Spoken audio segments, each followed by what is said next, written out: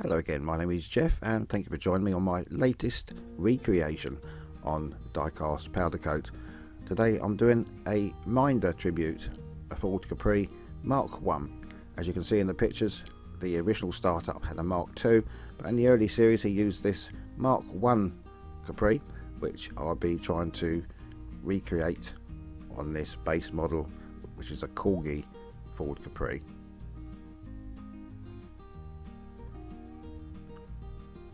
Well, as you can see, there's nothing really wrong with it at all, apart from the wheel keeps falling off. So I hope no one tells me this is worth £1,000. I don't think it is. I didn't pay anywhere near that for it. So we're going to see what we can do with it.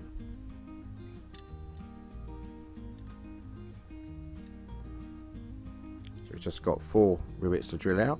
The base is in good condition, which I'll leave as it is.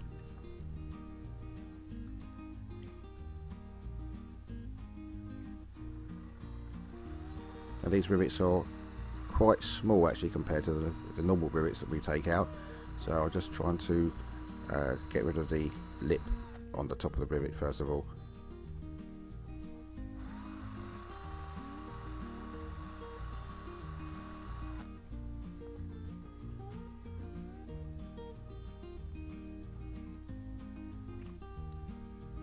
In my mid-teenage years onwards, I used to love watching Minder.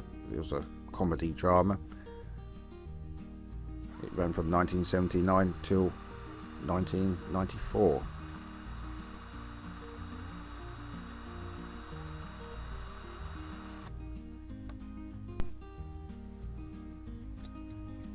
And with the 4 rivets out, the base comes off okay. And inside we have the seating area, steering wheel and the console area, and some glass that's still in very good condition, very shiny.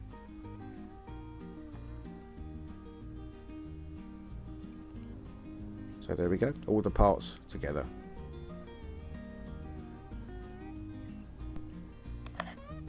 Now the first thing I'm going to do is put all the plastics, tiles, etc. and the base. I'm going to put it into the ultrasonic cleaner on a very low temperature for about 15 minutes, and this is very good at getting the dirt out in all the small grooves and crevices. So the glass, well, that's just had a wash, there's no cracks on it or scratches, so I'm going to put that into the Pledge Revive It and just leave that for the rest of the day.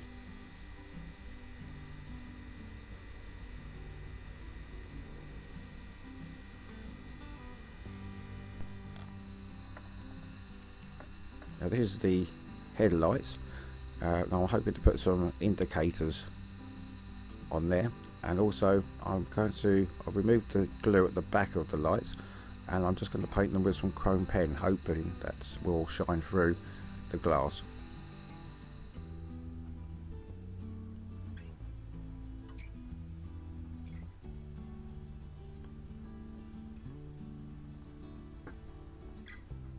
And that's one of the rear lights.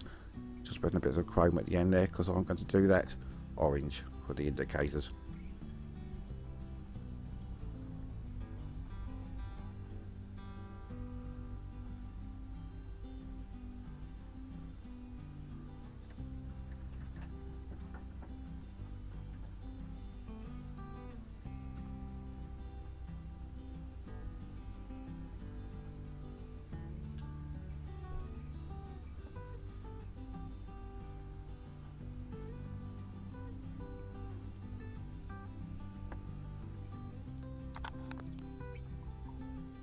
And there's my little bit of orange paint, which is a mixture of translucent yellow and red, which makes this nice sort of orange. There we are, putting the power back on again. And now just using the tweezers to hold the headlight and just putting a little bit of orange at the end to simulate the indicators.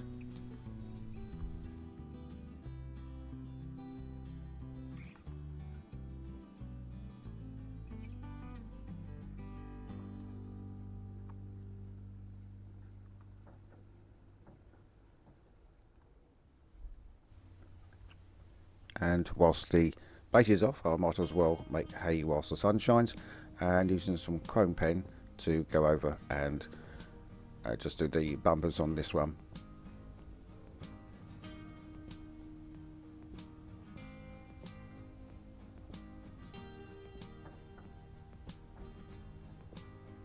This is the thicker of the Molotow pens.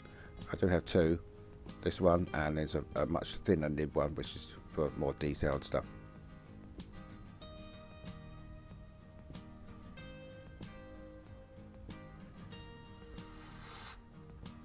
Okay, and now we'll get on with the media blasting.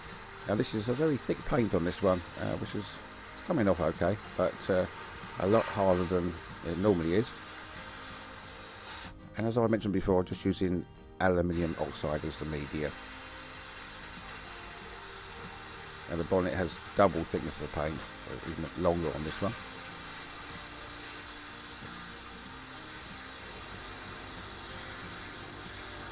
I do need to change the plastic film on the top of this box now. I've got away with it for about 2 or 3 videos, but as you can see, it's getting a little bit misty in there now, and the roof, or the plastic, is getting a bit fuzzy.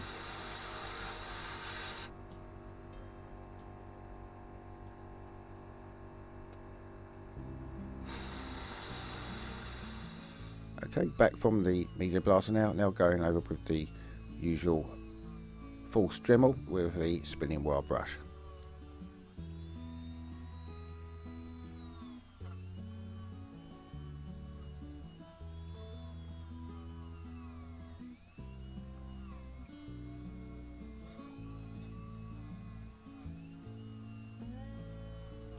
With that done, into the oven for the usual bake out of the impurities for about 10 minutes. So whilst that's cooking, I'm now going to put the tires back on. I've chromed the wheels on here. They were a bit dull plastic, so they're now chromed, and just going to repair the broken wheel just with a little bit of super glue.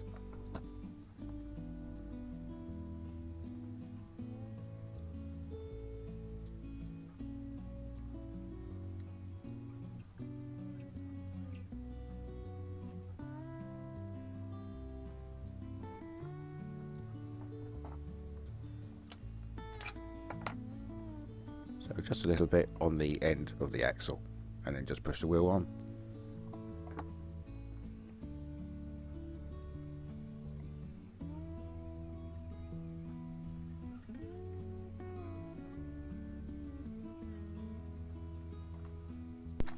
Now the main casting is back from the oven now, and giving it its usual coat, or usual wipe down with some acetone.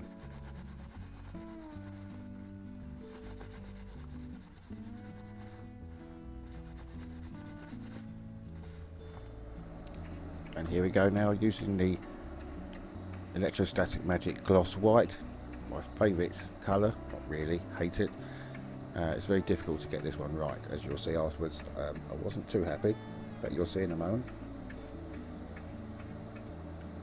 Trying to do a fine dusting, but there was a few little spots and dots on there, which I had to blow off. So as I go back over again, it builds up another layer of paint.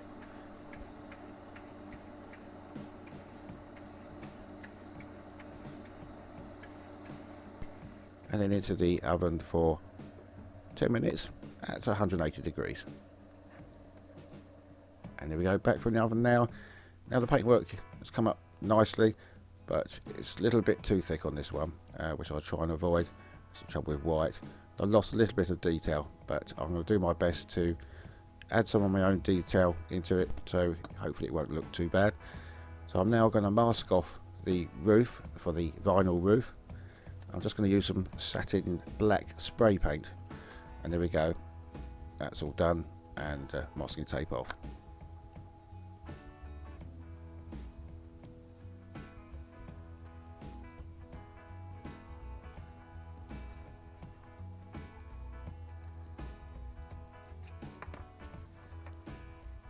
Here we go for the next little fiddly bit, putting in the glass back in for the headlights and the rear lights.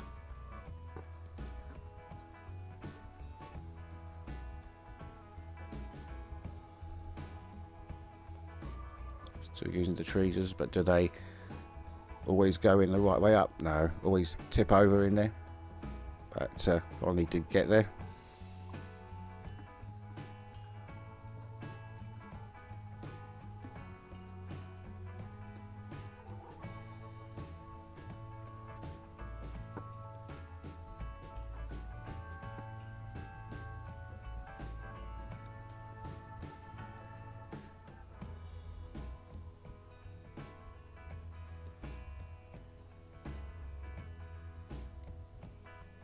Whilst I'm fiddling around with this one, I'd just like to thank all my subscribers and all your comments. I'm very grateful to you. As I say, it would not be worth doing this if nobody watched it. So thank you very much.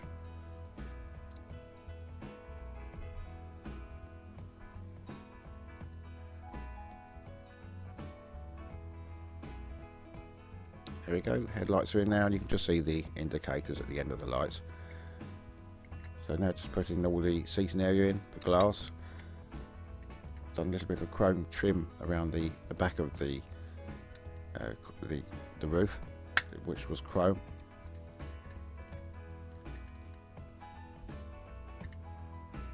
Now that's just clicked into place, and I've also super glued those in, but the rivet posts were very small, too small to drill out. So what I've done is made some, just the end of the rivets, just the false rivets, just to cosmetically improve it.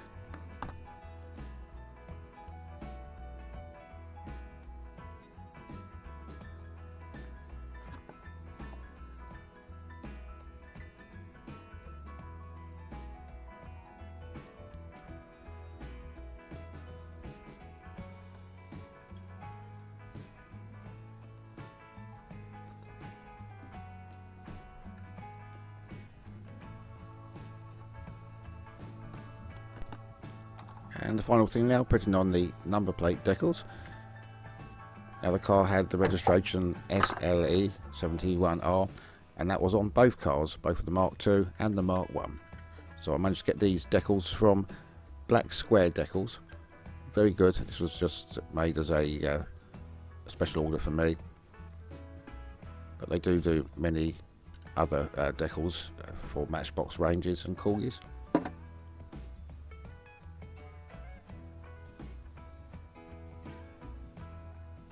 As usual, another mess up with the transfers. It did end up okay in the end, but you see how fiddly they are, because of my bad eyes.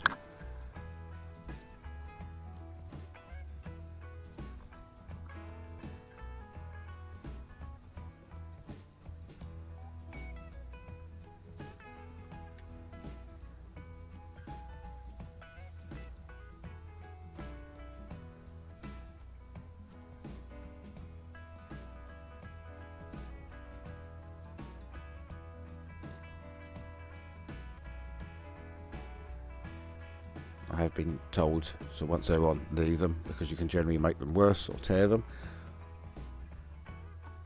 But there you go, that's just about okay. Just dry it off quickly with some cotton bud.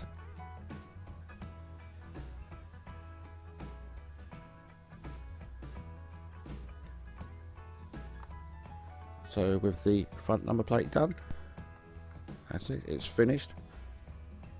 That's the indicators. And at the back there with its proper minder number plate. So let's have a little look of what she used to look like. Well, nothing wrong with it, lovely condition. The fuel filler cap was actually in the wrong place, so I've had to kind of make my own one up using a little bit of chrome and white. And the wheel was loose and kept falling off. So let's have a little look of what she looks like now. So I wasn't too happy with the paint, it was a little bit too thick. It's not come out too bad in the end. There's the original car up in the left corner. I hope you did enjoy this conversion to the Minder Mark I. Please take care out there, and I hope to see you all again very shortly. Goodbye for now. Thank you.